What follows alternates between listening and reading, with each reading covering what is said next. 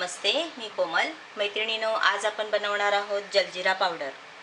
Jaljeera powder बनवण्यासाठी मी इथे पुदिन्याची पावडर घेतलेली आहे. पुदिना सुकवून त्याची पावडर तयार करून ठेवलेली आहे. तुम्ही व्हिडिओजमध्ये पाहू शकता. इथे मी सुंठ पावडर घेतलेली आहे. पुदिना पावडर मी 3 चमचे घेतलेली आहे. अर्धा चमचा सुंठ पावडर घेतलेली आहे. 1 चमचा साधा मीठ घेतलेला आहे. भाजलेला जिरा 1 चमचा घेतलेला आहे. इथे मी ड्राय मँगो पावडर घेतलेली आहे. सुक्या आंब्याची पावडर ती मी 1.5 चमचा घेतलेली आहे. इथे 1.5 चमचा काळं मीठ घेतलेलं आहे. इथे काळी मिरी पावडर 1 चमचा, 1 चमचा सिट्रिक ॲसिड आणि 1 चमचा वेलची पावडर घेतलेली आहे. अगदी किंचित हिंग घेतलेला आहे. इथे मी ज्या पण पावडरी घेतलेल्या आहेत त्या सर्व पावडरी मी बनवून ठेवते. अशा प्रकारे डब्यांमध्ये, झाकणवाल्या डब्यांमध्ये बनवून ठेवते. अशा बनवून ठेवलेल्या पावडरी आपल्याला झटपट उपयोगी पडतात. हे बघा, सुंठ पावडर, दालचिनी पावडर, हळद, काळी मिरी पावडर, अशा पद्धतीने जर पावडरी आपण बनवून ठेवल्या की आपल्याला झटपट रेसिपीमध्ये टाकायला उपयोगी पडते. आता मी मिक्सरमध्ये हे सर्व इन्ग्रेडियंट्स मिक्स करून घेते. मिक्सरला एकदा व्यवस्थित फिरवून घेते. 3 चमचे पुदिना पावडर, अर्धा चमचा सुंठ पावडर, 1 चमचा साधं मीठ, 1 चमचा वेलची पावडर, 1 चमचा सिट्रिक ॲसिड, 1 चमचा काळी मिरी पावडर, भाजलेला जिरा पावडर 1 चमचा, इथे ड्राय मँगो पावडर 1.5 चमचा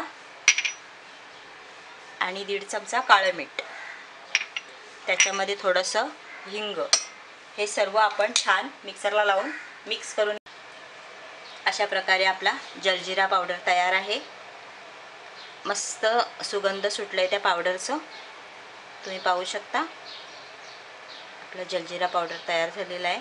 हा जलजीरा पावडर आपण असा बनवून ठेवला तर वर्षभर चांगला टिकतो आणि उन्हाळ्याच्या दिवसामध्ये कितीही पाणी प्यालो तरी पण तहान मात्र भागत नाही.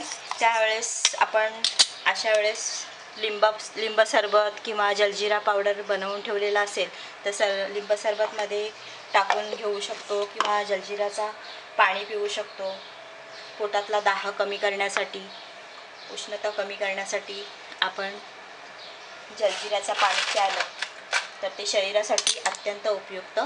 आपण या ग्लासामध्ये बर्फाचे तुकडे टाकून घेऊया.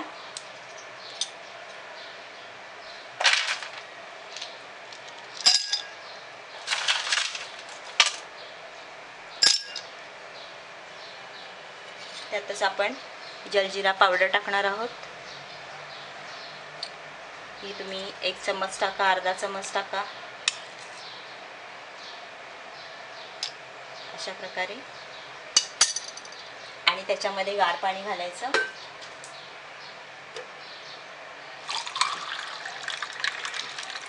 आपली जलजीरा सरबत तयार आहे.